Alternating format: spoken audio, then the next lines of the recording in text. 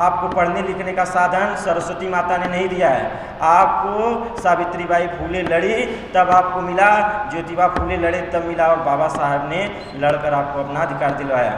जब बड़े पैमाने पे पार्लियामेंट में ही हमारा ओबीसी कैटेगरी नहीं रिप्रेजेंट करेगा तो हम कैसे अपने ओबीसी कैटेगरी को आगे बढ़ा पाएंगे? कितनी ओबीसी वर्ग की महिलाएं आई हैं, यहाँ के विश्वविद्यालयों में मास्टर्स या पीएचडी कर रही हैं या प्रोफेसर्स बन रही हैं। सर अभी रिसेंट में मेरठ में ऑनरेबल अखिलेश यादव सर गए थे एक मंदिर में, और जब वो वहाँ से बाहर निकले तो वहाँ के मंदिरों को वो धुलवाया गया अपर कास्ट के लोगों ने। ये दिखाता है कि कहीं ना कहीं सर हम डिस्क्रिमिनेट हो रहे हैं। सर ओबीसीज के अंदर इतना दम है कि वो किसी भी कॉम्पिटिटिव एग्जाम्स को निकाल सकते हैं, बस एक फेयर एंड इक्विटेबल कॉम्पिटिशन होना चाहिए। हमारा जो मेन मोटो होना चाहिए वो होना चाहिए कि कास्टलेस सोसाइटी, तभी हमारा ओबीसी कैटेगरी आप देखेंगे कि एक टाइम पे इतना मैच्योर हो जाएगा कि शायद सर जनरल को रिजर्वेशन मांगना पड़ेगा हमसे। जातियां पाई जाती हैं, उनके यहाँ अपने ग्राम देवता होते थे, उनकी अपनी ग्राम संस्कृति होती थी, उनकी अपनी जातीय संस्कृति होती थी। उन सारी संस्कृतियों को भूल के सारे लोग ब्राह्मणवादी संस्कृति की तरफ बढ़ रहे हैं, और वो ब्राह्मणवादी संस्कृति वो कोई धर्म नहीं है।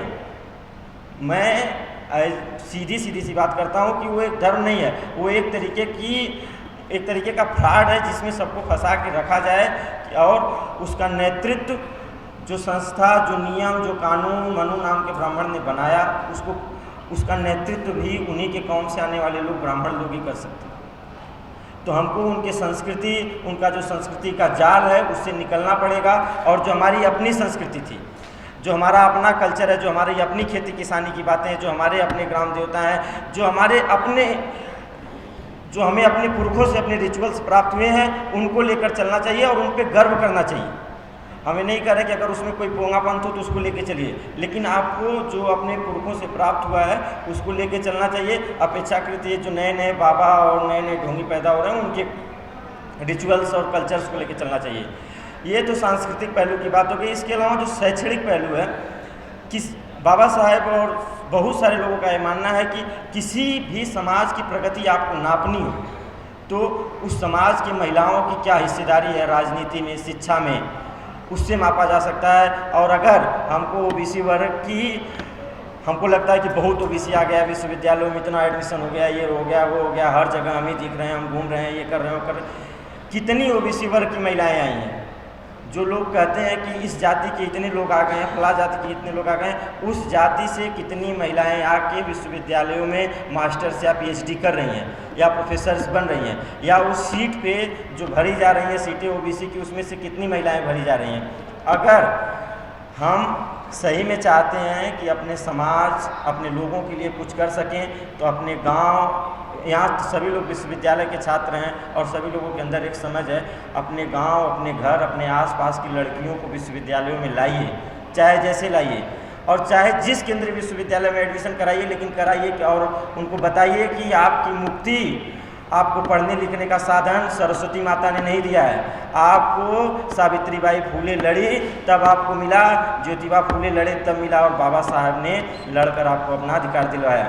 तो इन सभी बातों के साथ मेरा यही कहना है कि ये लड़ाई जो ओबीसी की लड़ाई है, और ये पूरे ओबीसी की लड़ाई नहीं है, ये पूरे बहुजन वर्ग की लड़ाई है। और जो मैं हमेशा एक बात को, कहीं भी हम लोग इतने साल से संघर्ष में हैं, कि ओबीसी वर्ग को एक बहुत ज़रूरी चीज़, इम्पॉर्टेंट चीज़ सोचनी चाहिए कि जो दलित, पिछड़ा, दोनों समाज से आने वाले लोग भाई हैं, और हमको बांट के आपस में लड़ाया जाता है। हम सभी लोग शूद्र हैं, और सभी शूद्रों को एक साथ रहना चाहिए। हमें अपने इस विश्वविद्यालय से या इस कॉन्स्टिट्यूशन क्लब से हम जब निकल के जाएं तो अपने गांव में, अपने समाज से, और जो दलित जाति से आने वाले लोग हैं, उनके बीच सामाजिक सामंजस्य स्थापित करें। धन्यवाद, शुक्रिया। अभी जो आगामी लोकसभा चुनाव हुआ है, मैं आपको बहुत ही अच्छे तरीके से बताना चाहता हूँ कि पूरे जो भी सेंसस हुई है लास्ट, उसके अकॉर्डिंग हमारा 52% ओबीसी कैटेगरी बिलोंग करता है होल इंडिया में। उस ओबीसी कैटेगरी में ओनली 25.4% पॉपुलेशन वो पार्लियामेंट में रिप्रेजेंट कर रही है। जब बड़े पैमाने पे पार्लियामेंट में ही हमारा ओबीसी कैटेगरी नहीं रिप्रेजेंट करेगा तो हम कैसे अपने ओबीसी कैटेगरी को आगे बढ़ा पाएंगे। Third point I want to mention that, sir मैं बात करना चाहूँगा यहाँ पे अहीर रेजिमेंट की भी मैं बात करूँगा। सर हमारी गवर्नमेंट हमारे ओबीसी भाइयों ने कितना ज़्यादा आवाज़ उठाया कि बैटल ऑफ जैजिंगला में जो 120 अहीर जवान थे, 1400 चाइनीज़ आर्मी को उन्होंने डिफीट किया था। सर उनकी निडरता और साहस का कुछ तो उनको इनाम दीजिए। सर अहीर रेजिमेंट के भी बारे में बात करूंगा और मैं बात करूंगा सर सोशल डिस्क्रिमिनेशन की। सर अदर बैकवर्ड क्लासेस का social discrimination, sir I am from UP, I know sir वहाँ पे कैसे सोशल डिस्क्रिमिनेट किया जाता है ओबीसीज को। सर अभी रिसेंट में मेरठ में ऑनरेबल अखिलेश यादव सर गए थे एक मंदिर में और जब वो वहाँ से बाहर निकले तो वहाँ के मंदिरों को वो धुलवाया गया अपर क्लास के लोगों ने। I don't know whose this people are, but sir कहीं ना कहीं ये दिखाता है कि कहीं ना कहीं सर हम डिस्क्रिमिनेट हो रहे हैं। थर्ड पॉइंट सर मैं बताऊंगा आपको कि अभी सर यूपीपीसीएस का कट ऑफ निकला है प्रीलिम्स का 2023 और उसमें जो प्रीलिम्स का कट ऑफ गया है for the OBCs that is 127 marks and when we talk about the general this is 125 marks. तो सर कहीं ना कहीं हमारा तो पतन हो रहा है सर। और मैं आपको बता दूं कि सर जो ग्रुप ए सर्विसेज हैं, ग्रुप ए सर्विसेज में मात्र 16.88% peoples are representing in the group A services and when we talk about the group B services only 15.77% peoples are representing in the group B services in the OBCs. एक चीज़ मैं आपको एक चीज़ बता दूं, ज़्यादा टाइम है नहीं, मैं बहुत ही शॉर्ट में और बहुत ही ब्रीफ में आपको बताते चलता हूं। कहीं ना कहीं अगर हम प्राइवेट सेक्टर की बात करते हैं तो प्राइवेट सेक्टर में भी ओबीसीज को रिप्रेजेंटेशन की ज़रूरत है। अगर हम प्राइवेट सेक्टर में नहीं रिप्रेजेंट करेंगे ओबीसीज को तो आगे हमारे भाई बंधु हैं वो नया स्टार्टअप कर पाएंगे, क्योंकि हमें कहीं ना कहीं पता है हमारा बैकग्राउंड उतना अच्छा नहीं है, हमारी चीज़ें उतनी अच्छी नहीं है। And sir one more thing I want to conclude that कि sir we don't need reservation but it was a fair and equitable competition. Sir हमें नहीं पहले चीज़ें मिली हैं, that's why we need reservation. आप एक बार एक लेवल पे ला दो हमें, we don't need reservation. Sir OBCs के अंदर इतना दम है कि वो किसी भी कॉम्पिटिटिव एग्जाम्स को निकाल सकते हैं, बस एक फेयर एंड इक्विटेबल कॉम्पिटिशन होना चाहिए। उसी के साथ मैं अपने स्पीच को कंक्लूड करूंगा विद अ श्लोक ऑफ गीता।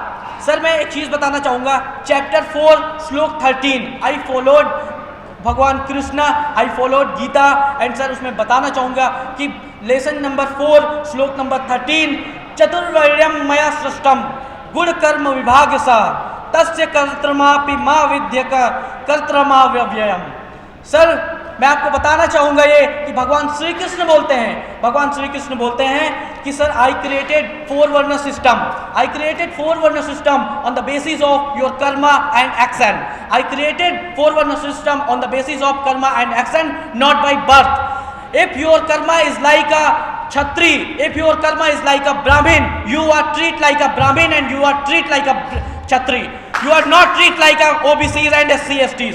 सर मैं एक चीज़ बस आपको, अगर मैं उन सब ये वीडियोस के थ्रू जाएगा लोगों से कनेक्ट करेगा, मैं उन सभी से बोलना चाहूँगा कि सर अगर या तो आप सनातन धर्म को मानिए या फिर भगवान श्री कृष्ण को मानिए। भगवान श्री कृष्ण ने साफ साफ शब्दों में कहा है कि there is no caste system.